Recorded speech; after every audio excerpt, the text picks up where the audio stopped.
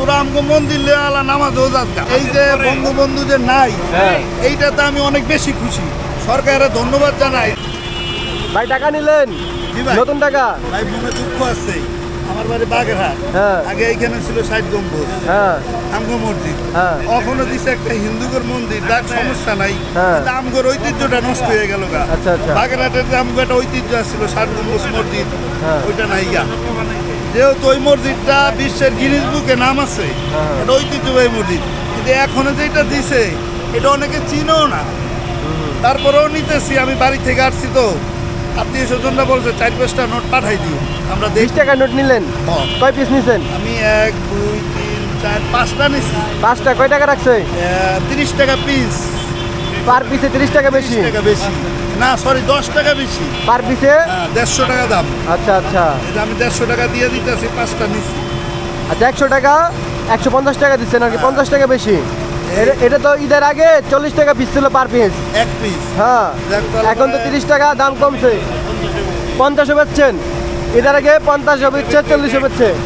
আরে 50 টাকা নোট কত বেচছেন? 100 টাকা। এখন কত? 70 টাকা। এখন 70। আচ্ছা, আপনি 5 পিস নিলেন 150 টাকা দিয়ে। আগে তো ছিল হচ্ছে 7 গম্বুজ মসজিদ, এখন মন্দির।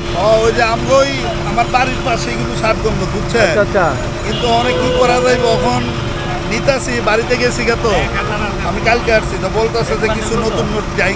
আচ্ছা, এখন আপনার আগের নোট সুন্দর লাগে নাকি এখনকার নোট সুন্দর লাগে? নোট সরকার যখন বানাইছে সবই সুন্দর, তবে আগেরটা একটা ঐতিহ্য ছিল মুসলমানের, বুঝছেন? সবাই চিনতো, জানতো, একটা দর্শনার্থী জায়গা ছিল। তখন ওইটা নাই, এখন এক একজনের মনে এক একজনের ধ্যান দেওয়া না। যেমন আমার মনটাও খারাপ যে আমার এলাকার জন্মস্থানের একটা ঐতিহ্য, এটা এখন নাই। আচ্ছা আচ্ছা, এই জন্য মনটা খারাপ।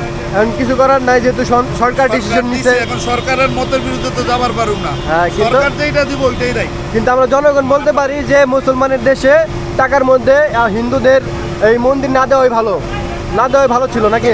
এইখানে মুসলমানের যে একটা মানে মনে করেন আমাদের যে একটা ভাব প্রকাশ, মানে একটা ঐতিহ্য, এইটারে কিছু ক্ষুণ্ণ করলো।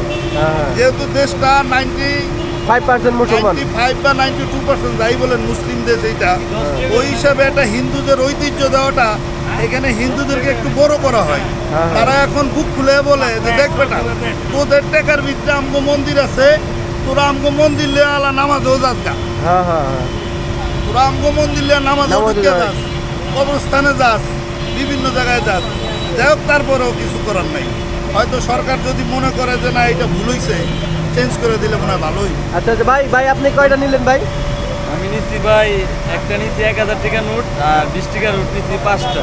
20 টাকা নোট 5টা, 50 টাকা বেশি দিচ্ছি। 1000 টাকার নোট আগেরটা সুন্দর ছিল নাকি এখনকারটা সুন্দর? আগেরটা মোটামুটি, আগেরটা থেকে মোটামুটি সুন্দরই।